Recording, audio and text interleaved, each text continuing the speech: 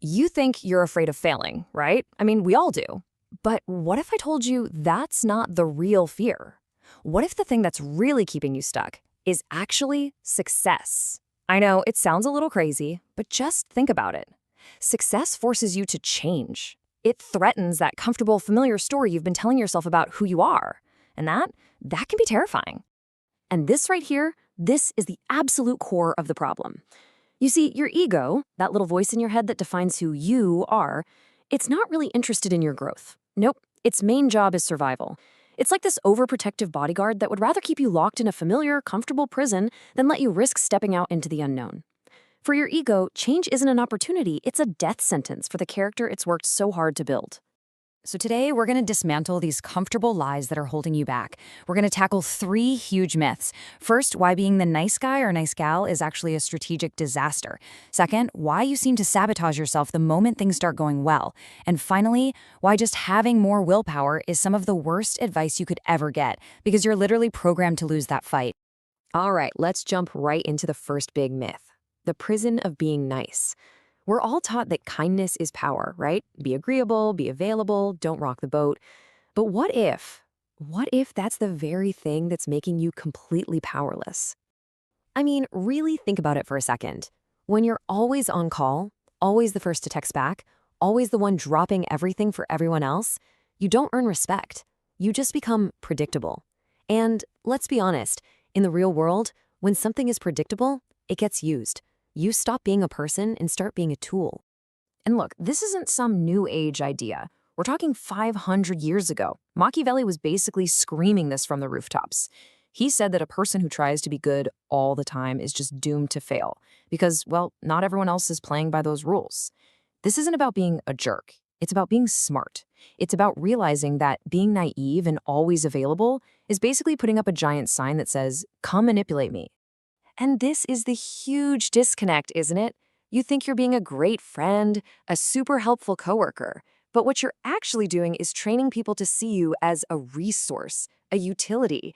You become their emotional emergency button. They push you when they need a quick fix, get what they want, and then poof, they put you right back on the shelf until the next crisis. Okay, so how do you get out of this nice prison? Well, Machiavelli didn't just point out the problem, he gave us a solution. And it's a pretty powerful metaphor. He said you have to become 2 different animals in one if you really want to thrive. First, you need to be the fox. The fox is clever. It sees the traps. This is your social intelligence, your ability to kind of shut up and just observe, to see the patterns everyone else is missing. But that's not enough. You also have to be the lion. The lion terrifies the wolves. This is your presence, your strength, your ability to look someone in the eye and deliver a firm, non-negotiable no. See, true power isn't one or the other. It's having both in your back pocket. All right, so that's the external game. But now we need to look inward, because this is where the real battle is fought. Let's talk about myth number 2, the idea that you're afraid of failure. Honestly, this is where most self-sabotage comes from, and it's not what you think. And I want you to be really honest with yourself here. That big project you keep putting off, that opportunity you're hesitating on, what's the real feeling deep down?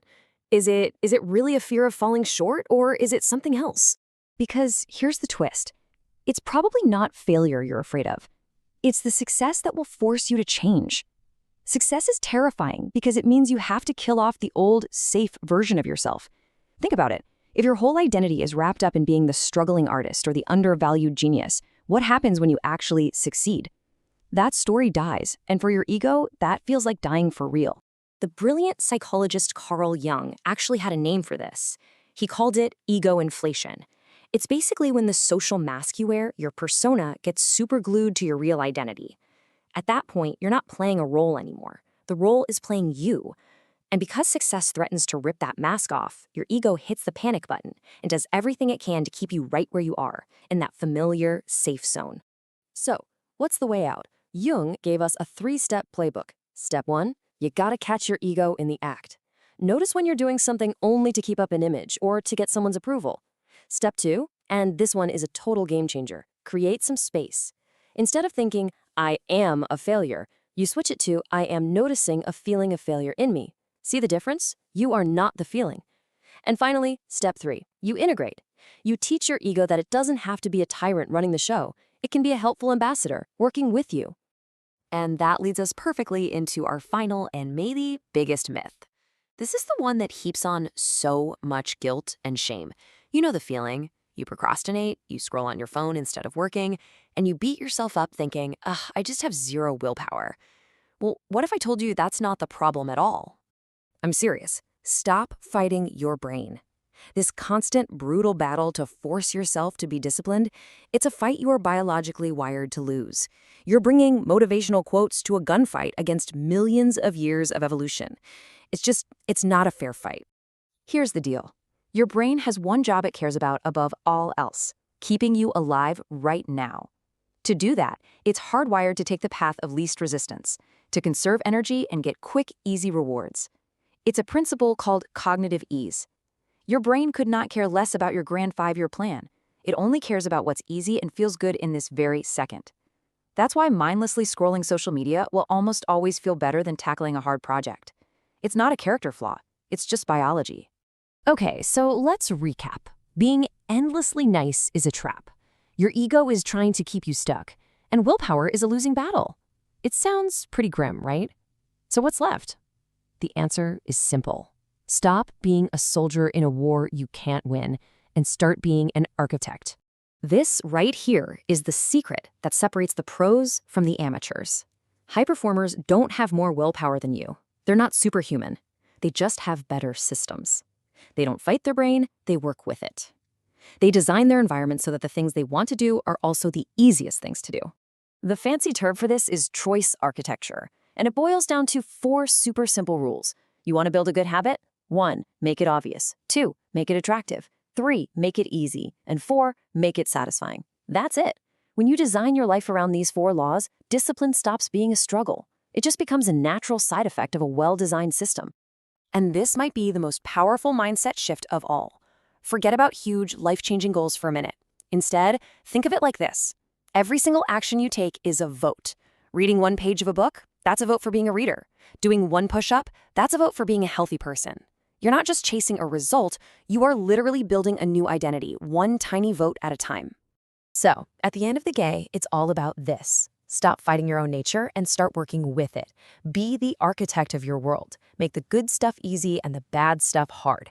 And just focus on casting those small, daily votes for the person you really want to become. That's it. That's the secret to real, lasting change. So ultimately, what it all boils down to is this one question. The past, that's just a story you told yourself.